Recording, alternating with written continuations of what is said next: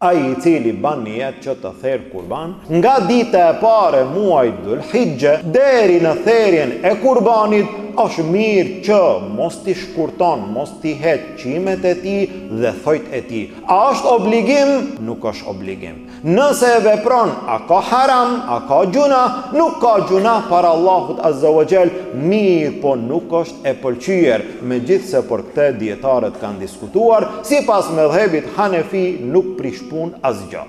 Nëse I hek flokët, apo nëse I shkurton qimet, apo nëse I shkurton thonjët, sipas mëdhëbit Hanefi nuk ka asgjë. Sipas mëdhëbit Shafi'i edhe Maliki është mekruh, nuk është e pëlqyer, nuk është mirë. Prej ditës së parë të muajit Dhul-Hijja deri në therrjen e kurbanit nuk është mirë. Ndërsa sipas mëdhëbit Hanbeli një veprim I tillë është haram. Por çfarë arsye? Për arsye të argumenteve që kanë ardhur, dietarët kanë diskutuar. Disa janë bazuar në një hadith dhe disa janë bazuar në një hadith tjetër, e që këtu e kemi hadithin e Aishës radhiyallahu anha, e cila thot se pejgamberi sallallahu alaihi wasallam nuk ka ndaluar në asnjë gjë.